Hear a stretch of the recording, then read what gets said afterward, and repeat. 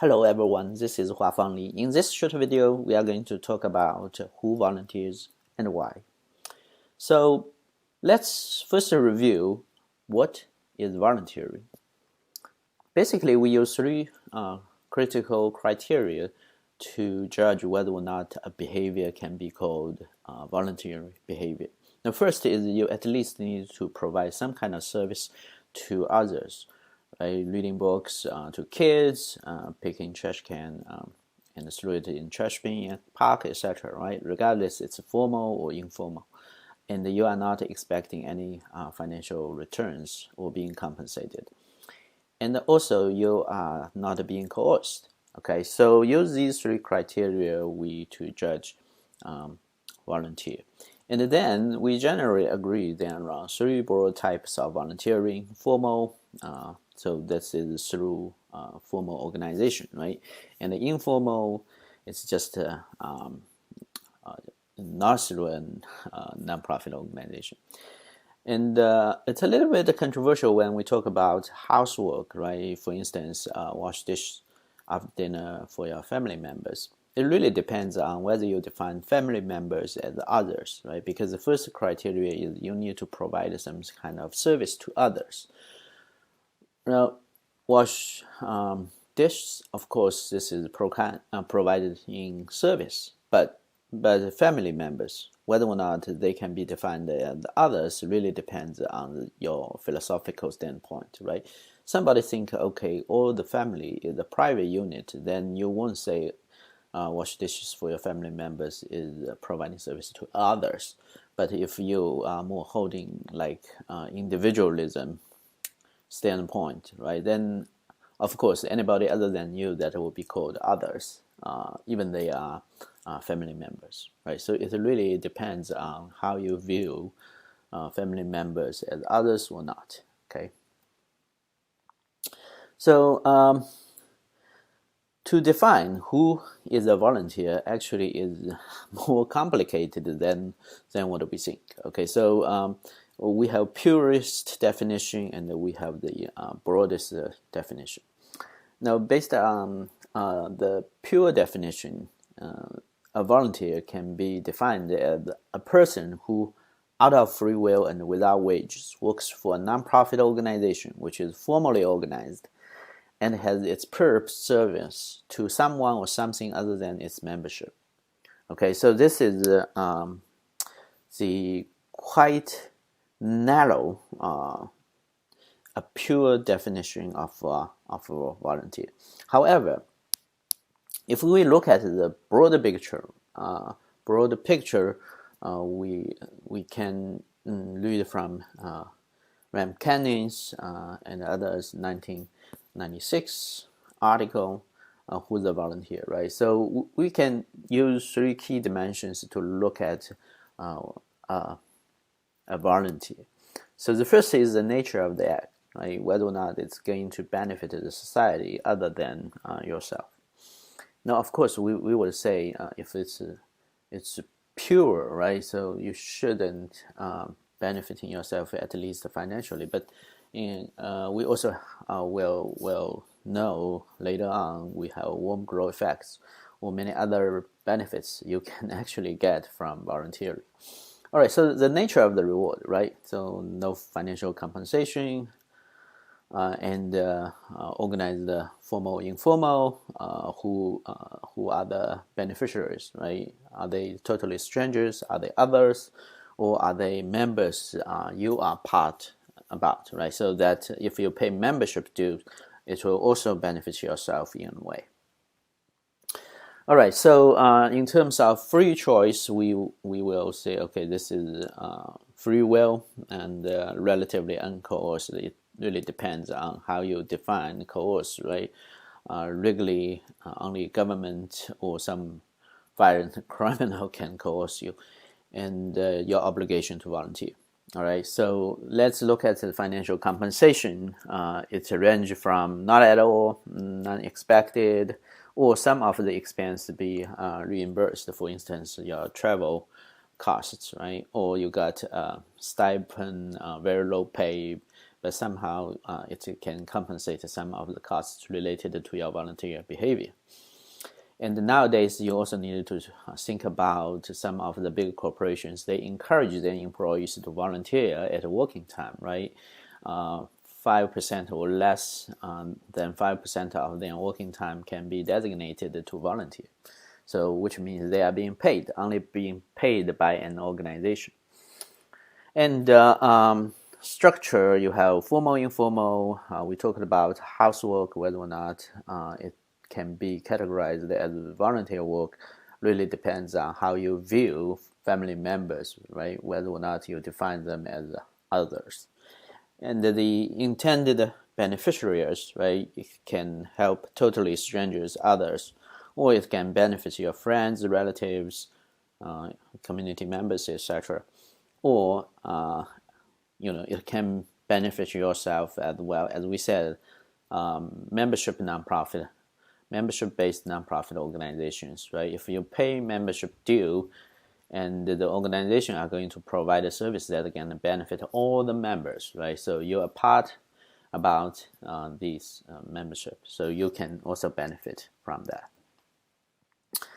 All right, so Wilson reviewed the study about volunteerism, right? So it looked at the antecedents of volunteering, the experience of volunteering, and the consequences of volunteering, right? So what determines a person, whether or not the person are going to volunteer, is the person's personality, the perception of volunteering work, and the attitudes towards volunteering, towards philanthropy, nonprofit in general, etc., right? And the psychological motives. Now, one of the things related is we find a strong correlation between previous experience of volunteering and the future voluntary behavior. So now, of course, we also observed that some previous volunteers, they stop volunteering after a while. Why? One of the things is about satisfaction, whether or not they can be satisfied from the volunteering experience, right? So if previously you had a very bad experience with your volunteering works, then unlikely you'll continue, or you switch to other areas to volunteer, right? And the consequence of volunteering for the volunteers are mental, physical health, that's been backed up by empirical studies, self-fulfillment, and social capital, networking, etc., right? And now, of course, many research suggests that volunteering motivations are complex and multi-phased, right? So it can be committed to the organization mission because they feel a mission alliance, right? So they feel being motivated by the social cause that the organization tried to tackle. And also for self-fulfillment, right? Opportunities to learn new skills or engage in meaningful, rewarding, impactful work, and networking with others. Now, this is very important for the nonprofit managers to understand voluntary motivations, right? So that they can create experience that will attract and retain voluntary workforce, because many of the nonprofit organizations, they actually rely on volunteers to deliver many of the services. So over the years, scholars try to develop something called volunteer functions inventory, right? It's like an index. This is called VFI in short. Okay, so V represents the values. Volunteers to express important values, right? So help others less fortunate, help those disadvantaged, vulnerable groups. So if they feel somehow connected to your organizational mission, then they are more likely to volunteer. So value matters. And then understanding also matters, because if a volunteer is seeking to learn more about the world, exercise, their unused skills, etc., then to understand this motive is also very important, right? And the volunteers, they are also seeking to grow in the development psychologically, right? So this is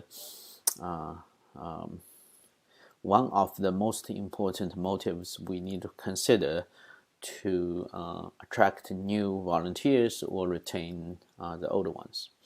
And also, some are trying to gain Korean-related experiences, right? So you need to provide such platform and opportunities so that they are more likely to volunteer. And of course, they try to strengthen social relationships, networking with others, right? They are usually may not be able to have a chance to meet these kind of people in their workforce or in schools. And also the protective motives, right? They try to reduce negative feelings such as guilty. Many people do that because by helping others somehow reduce their guilty if they did something really made them feel bad. All right, so this is the exact items they asked about the VFI and the volunteer functions inventory contains 30 different questions, and scholars have been found evidence that different items can be categorized into different factors, just as we discussed, right? Protective values, Korean social understanding, enhancement, etc. All right, so that have direct implications for the nonprofit managers, right? So how might you recruit volunteers, retain volunteers, etc. All right, so but to retain, one of the things we need to understand is why they stop volunteering, right? Why do previous volunteers stop volunteering? Now, one of the things is, of course, the volunteer opportunities provided to them are not challenging or meaningful or impactful at all, right? So then it's unlikely they are going to be motivated, feel excited about the opportunity, right? So they either switch to other areas to continue their voluntary behavior, or they simply stop. So you need to match the task to their motivations. The other thing is nonprofit amateurism, right? Because you don't have a clear standard procedure or guidance. So when volunteers come in, they don't know what to do, right? So that experience is really not good, right? So if you let them feel that even in the voluntary area, they still sense the professionalism in a different way, right? Other than their professional or expertise. So that will give them much more sense of the professionalism. So they may be more likely to continue volunteer with your organization. And then also remember this, when we talk about volunteers, right? They are not actually fully free. So for the professionalism, right? So you need volunteer managers, and you need them to be prepared, welcoming those very experienced volunteers, fresh, new volunteers, etc. Right? And you need to set up the procedure, reasonable expectation, and the working flows, etc. This is a big deal managing nonprofits, because even for an event you recruit volunteers, not 100% people will show up actually. All right, so you always have someone have something pops up, but this is unlike a full-time job they committed, right? It may be other things disrupt their plan, so they simply don't show up. Okay, so this being said, this means it's more challenging for nonprofit voluntary managers to think about planning, right? And which also means an organization, if they are serious about volunteers, they need to invest, right, to build the infrastructure, right, to get the most out of volunteers. And also, from the volunteers' perspective, right, at least they needed to give them time. So then, usually this is then time costs associated with volunteering. So this is the history of the dollar value of volunteering now from the 80s to 2013. The data is a bit old, but you can see a gradual increase about dollar values of voluntary now, right? So to understand why volunteers stop volunteering, one of the things pops out a lot is volunteering is too rigid and needs to be more flexible to meet the demands of today's volunteers. All right, so there's breakdowns, right, related to the patterns of voluntary participation, extent of their commitment, and the motivations.